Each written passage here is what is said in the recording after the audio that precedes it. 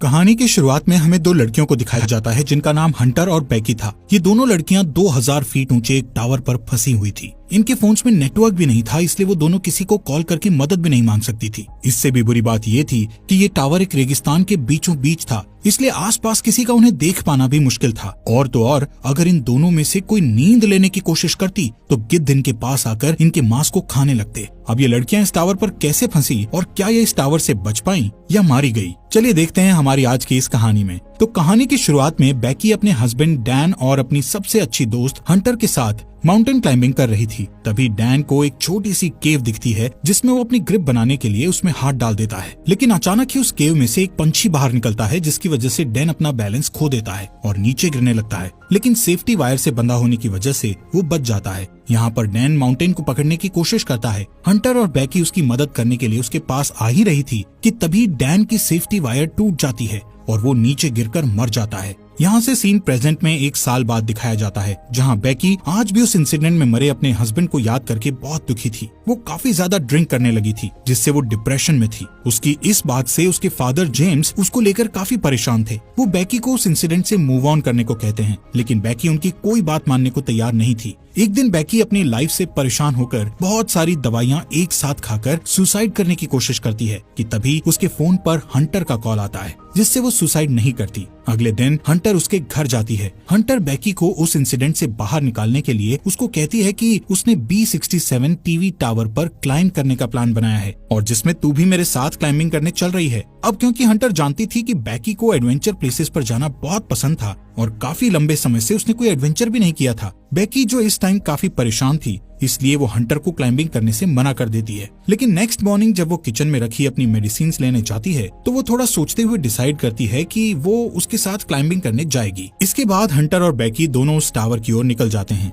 रास्ते में बेकी हंटर के फोन में उसकी कुछ पुरानी फोटोज देखने लगती है। जैसे ही वो स्क्रॉल करते हुए आगे और फोटोज देखती है तो हंटर की एक फोटो में वो नोटिस करती है कि हंटर के कंधे पर एक लड़के का हाथ था। बेकी हंटर से उस लड़के के बारे में पूछती है, लेकिन हंटर उसे कुछ भी बताने से मना कर देती है। तभी यहाँ बेकी के फोन पर उसके फादर का कॉल आता है, लेकिन वो कॉल पिक नहीं करती। काफी देर ड्राइव करने के बाद वो एक होटल में रात गुजारने के लिए रुकते हैं। डिनर करते वक्त बेकी को पता चलता है कि हंटर अब एक यूट्यूब व्लॉगर है और यूट्यूब रेवेन्यू से ही वो अपनी ट्रैवलिंग का खर्च उठाती है। इसी दौरान बेकी की नजर विंडो के बाहर उस टीवी टावर पर पड़ती है जहाँ पर वो दोनों जा रही थी। हंटर बेकी को बताती है कि ये टावर यूनाइटेड स्टेट का चौथा सबसे ऊंचा टावर है। नेक्स्ट मॉर्निंग बेकी और हंटर अपनी कार में बैठकर अपना सफर जारी रखती हैं। यहाँ पर हंटर ड्राइविंग करते करते ही अपने यूट्यूब चैनल के लिए व्लॉग बनाने लगती है, जिसमें वो अपने व्यूअर्स को बताती है कि वो अपनी बेस्ट फ्रेंड के साथ उस टीवी टावर पर चढ़ने वाली है। इसके बाद फाइनली वो दोनों उस टीवी टावर के पास पहुंच जाती हैं, जहां उन्हें गेट पर एक डेंजर साइन के साथ ताला लगा हुआ मिलता है। यहाँ से वो दोनों गाड़ी को छोड़कर पैदल ही आगे जाने लगती हैं।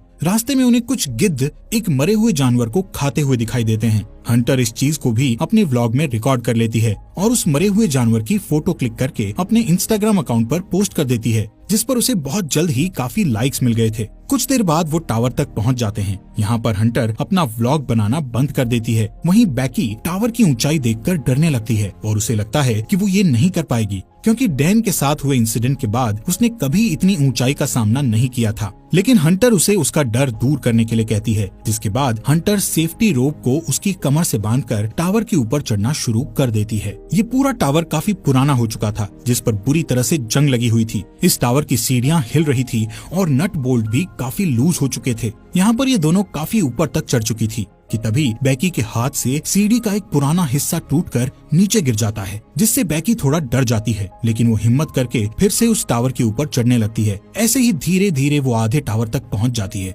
यानी 1000 फीट ऊपर, जहाँ से शहर काफी छोटा दिखाई दे रहा था। ये दोनों यहाँ पर कुछ देर आराम करती हैं और पानी पीने के बाद फिर से क्लाइंबिंग करने लगती हैं। थोड़ी देर बाद वो 1800 फीट ऊपर पहुँच चुकी थी और अब उन्हें सिर्फ 200 फीट ही ऊपर चढ़ना था। बेकी इतना ऊपर चढ़कर काफी डरने लगती है, क्योंकि वहाँ हवा बहुत तेज चल रही थी और सीढ़ियाँ भी काफी पुरानी होने की वजह से हिल रही थी। वो हंटर से कहती है कि अब उन्हें वापस नीचे जाना चाहिए, लेकिन हंटर उसे बोलती है कि अब इतनी ऊपर आकर उन्हें हार नहीं माननी चाहिए। जिसके बाद वो वापस से ऊपर चढ़ने लगती हैं। यहाँ से टावर के ऊपर चढ़ने का रास्ता काफी खतरनाक था। रास्ते में लगी कुछ डिस्क को हंटर ने काफी आसानी से पार कर लिया था और अब वो बेकी को भी उन्हें पार करने में मदद कर रही थी। अब जैसे जैसे वो ऊंचाई पर जा रही थी वैसे वैसे हवा का प्रेशर भी बढ़ता चला जा रहा था, जिससे बेकी और ज्यादा डर रही थी। इसी बीच सीढ़ी के पुराने नट बोल्ट एक एक करके अपने आप निकलने लगते हैं, लेकिन इस बात से अनजान वो दोनों ऊपर चढ़ना जारी रखती हैं और फाइनली वो दोनों टावर के टॉप पर पहुंच जाती हैं, जहां एक और नट बोल्ट खुलकर नीचे गिर चुका था। यहाँ पर हंटर दोबारा से अपना व्लॉग बनाना शुरू करती है और वीडियो में अच्छे शॉट्स लेने के लिए वो ड्रोन कैमरा का इस्तेमाल करती है। थोड़ी देर बाद हंटर अपने व्यूअर्स को और अच्छा कंटेंट देने के लिए बेकी को ड्रोन का रिमोट पकड़ाकर खुद उस टावर के सहारे एक हाथ पर लटक जाती है। शॉट्स लेने के बाद वो वापस से ऊपर आती है और सेम यही चीज बेकी को भी करने के लिए कहती है, लेकिन बेकी उसे ऐसा करने से मना कर रही थी, जिस पर हंटर उससे कहती है कि उसका डर भगाने का ये सबसे बड़ा मौका है। जिसके बाद बेकी हंटर का हाथ पकड़कर वही स्टंट करती है और हंटर उसकी सेल्फी लेने लगती है। इसके बाद बेकी वापस से ऊपर आ जाती है। यहाँ पर बेकी अपने हस्बैंड डैन की अस्थियों को लेकर आई थी और डैन को याद करती हुई वो उसकी अस्थियों को यहाँ विसर्जित कर देती है। इस मोमेंट पर बेकी और हंटर दोनों काफी इमोशनल हो गई थी। इसके बाद वो डिसाइड करते हैं कि अब उन्हें वापस जाना चाहिए, इसलिए वो अपने सेफ्टी वायर को खुद से कनेक्ट करती हैं और बेकी नीचे जाना शुरू कर देती है। लेकिन जैसे ही वो पहला कदम सीढ़ी पर रखती है तो सीढ़ी टूट जाती है और वो सीढ़ी के साथ साथ नीचे गिरने लगती है, लेकिन हंटर किसी तरह उसे पकड़कर वापस ऊपर खींच लेती है। यहाँ पर बेकी मौत के मुंह से बचकर आई थी, जिससे वो जोर जोर से डर के मारे रोने लगती है और अचानक दोनों हंसती हैं। नीचे देखने पर उन्हें पता चलता है कि अब उनके नीचे उतरने के लिए कोई सीढ़ी ही नहीं है। वो दोनों अपने अपने फोन को चेक करती है, लेकिन उनके फोन में कोई नेटवर्क नहीं था और उनका बैग भी नीचे टावर डिस्क पर गिर चुका था, जिसमें उनके खाने पीने का सामान था। यहाँ ऊपर टावर पर उन्हें एक इमरजेंसी बॉक्स दिखता है, जिसे खोलने पर उन्हें एक दूरबीन और एक फ्लेयर गन मिलती है, लेकिन ये दोनों चीजें उनके किसी काम की नहीं थी। ये सब देखकर बेकी हंटर पर भड़क जाती है। हंटर उसे ये कहते हुए शांत करने की कोशिश करती है कि हो सकता है सीढ़ियों के नीचे गिरने की आवाज सुनकर कोई उनकी मदद करने आए और इसलिए अब हम दोनों को बस थोड़ी देर इंतजार करना होगा जब तक कि कोई आ नहीं जाता। तभी हंटर नोटिस करती है कि पिछली बार सीढ़ियों के गिरने की वजह से बेकी के पैर पर चोट लगी थी और अब उस चोट से ब्लड बाहर आ रहा था। यहाँ पर हंटर बेकी की चोट पर अपनी शर्ट बांध देती है।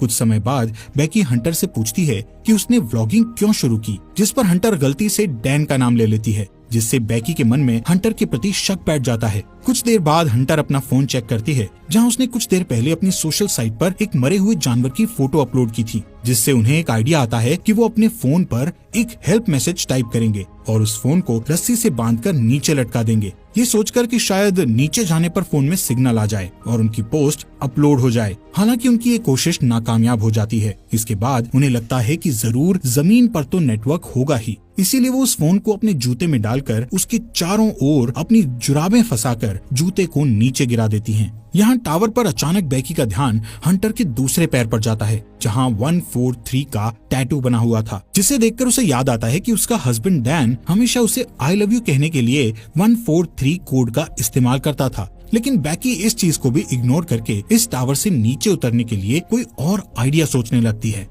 थोड़ी देर बाद उन दोनों को दूरबीन से नीचे जमीन पर टावर के पास से गुजर रहा एक आदमी और उसका डॉग दिखाई देते हैं, जिससे वो उस आदमी से मदद के लिए चिल्लाने लगती है, लेकिन इतनी ऊंचाई होने के कारण उनकी आवाज नीचे नहीं जाती। यहाँ नीचे हम देखते हैं कि हंटर ने जो फोन जूते में डालकर नीचे फेंका था वो पूरी तरह से टूट चुका था और अब उनका ये प्लान भी फेल हो चुका था। वो आदमी वहाँ से जाने लगता है। ये देखकर बेकी हेल्प के लिए चिल्लाते हुए अपने दोनों जूते उस आदमी पर नीचे फेंक देती है, ताकि उस आदमी का ध्यान ऊपर की ओर उन पर आ जाए। लेकिन वो आदमी ये नोटिस नहीं करता, क्योंकि वो किसी से कॉल पर बात कर रहा था। इसके बाद बेकी वो फ्लेयर गन चलाने लगती है, लेकिन हंटर उसे ये कहते हुए फ्लेयर गन चलाने से मना कर देती है कि अभी दिन का समय है, इसलिए किसी को भी फ्लेयर गन का पता नहीं चलेगा। इसी दौरान वो दो और आदमियों को वहाँ थोड़ी दूर नोटिस करती हैं, जो यहाँ पार्टी करने के लिए आए थे। उन्हें देखकर वो दोनों डिसाइड करती हैं कि थोड़ा अंधेरा होने पर वो इस फ्लेयर गन का इस्तेमाल करेंगी, ताकि वो लोग उन्हें नोटिस कर सकें।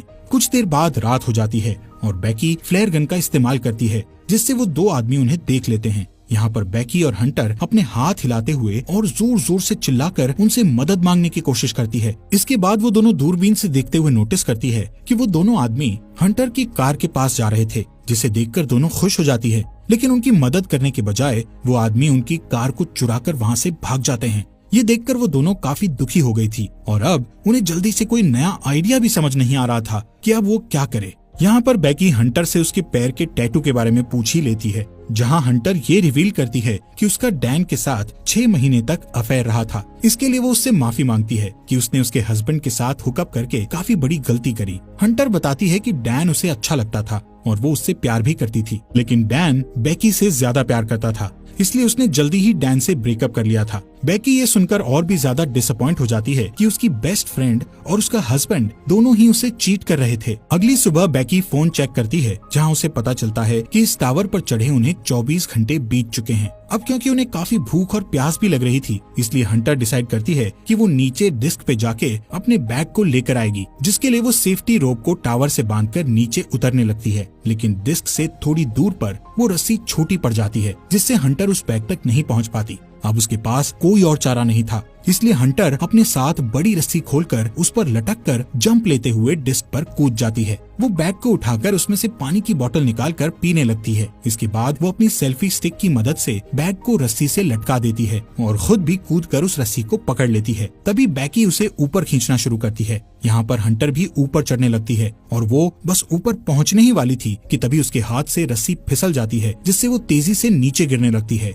ये देखकर बेकी की धड़कन एकदम से तेज हो गई थी, क्योंकि अपने हस्बैंड को खोने के बाद अब वो अपनी बेस्ट फ्रेंड को नहीं खोना चाहती थी। लेकिन जैसे ही बेकी डरी हुई नीचे देखती है तो हंटर उसे रस्सी पर लटकी हुई दिखती है। हालांकि हंटर के हाथों में काफी चोट लग गई थी, इसलिए बेकी अपनी पूरी ताकत लगाकर हंटर को टावर के ऊपर खींच लेती है। थोड़ी देर बाद बेकी एक हेल्प नोट लिखकर ड्रोन में फंसा देती है और ड्रोन के सहारे पास के होटल तक पहुंचने की कोशिश करती है। लेकिन ड्रोन में बैटरी कम होने की वजह से वो ज्यादा दूर नहीं जा सकता था, इसलिए वो उसे वापस अपनी ओर ले आती है। यहाँ अब फिर से वो दोनों टावर पर हेल्पलेस थी। रात में बेकी को एक भयानक सपना आता है, जिसमें वो देखती है हंटर की उस टावर पर ही मौत हो गई और गिद्ध हंटर के शरीर को खा रहे हैं। इससे वो डरी हुई उठती है और तब उसे पता चलता है कि ये बस एक बुरा सपना था। नेक्स्ट मॉर्निंग बेकी के दिमाग में एक आइडिया आता है कि वो टावर के ऊपर लगी लाइट से ड्रोन को चार्ज कर सकती है। इसके बाद वो टावर के पोल पर चढ़कर जैसे ही ड्रोन चार्जर को प्लग में लगाती है तो वो देखती है कि वो प्लग काफी लूज था, इसलिए बेकी को ऊपर लटके हुए ही उस चार्जर को पकड़े रखना पड़ता है जब तक कि ड्रोन की बैटरी फुल चार्ज नहीं हो जाती। काफी टाइम से उस पोल को पकड़े रहने की वजह से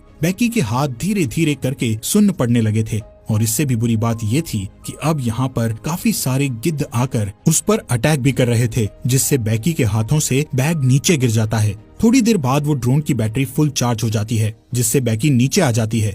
इसके बाद वो ड्रोन को होटल तक पहुंचाने की कोशिश करती है, लेकिन जब वो ड्रोन होटल तक पहुंचने ही वाला था तो उसकी टक्कर एक ट्रक से हो जाती है, जिससे वो बिल्कुल टूट गया था और उनको ड्रोन कैमरा से भी कुछ दिखाई नहीं दे रहा था। ये देखकर वो दोनों और भी ज्यादा डर गई थी, क्योंकि अब उनके पास बचने का कोई भी ऑप्शन नहीं था। वो थकी हारी उस टावर पर हार मानकर बैठ जाती है। शाम के समय वहाँ तूफान बनने लगे थे, जिससे उनका जिंदा रहना और भी मुश्किल हो गया था। यहाँ पर बेकी को बहुत तेज नींद भी आ रही थी, इसलिए वो वहीं सोने लगती है, लेकिन हंटर उसको सोने से मना करती है, क्योंकि उनके सोते ही गिद्ध फिर से उन पर हमला करने लगते। बेकी हंटर से उसका दूसरा जूता भी मांगती है, ताकि इस बार वो उसमें अपना फोन डालकर नीचे फेंक सके। हंटर उससे कहती है कि मेरा जूता तो नीचे डिस्क पर ही गिरा हुआ है। यहाँ से कहानी में एक बड़ा ट्विस्ट आता है और हमें पता चलता है कि जब हंटर नीचे डिस्क पर कूदी थी तो उसी टाइम डिस्क पर गिरने से उसकी मौत हो गई थी और उसके बाद से बेकी अकेले ही सरवाइव कर रही थी। बेकी को हेलुसिनेशन होने लगे थे, जिसमें वो हंटर की प्रेजेंस को इमेजिन कर रही थी।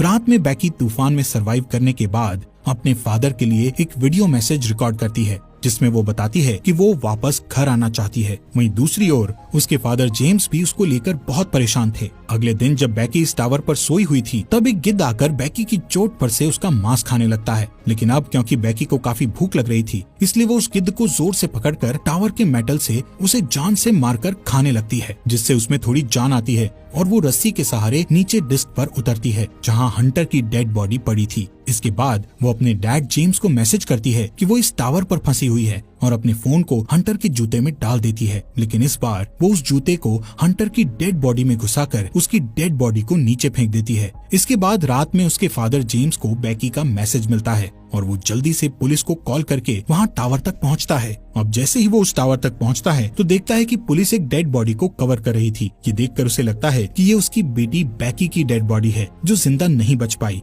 तभी उसे अपनी बेटी पुलिस की कार के पास दिखाई देती है, जिसके बाद वो दोनों एक दूसरे को गले लगाते हैं और इसी के साथ ये अमेजिंग मूवी यहीं पर खत्म हो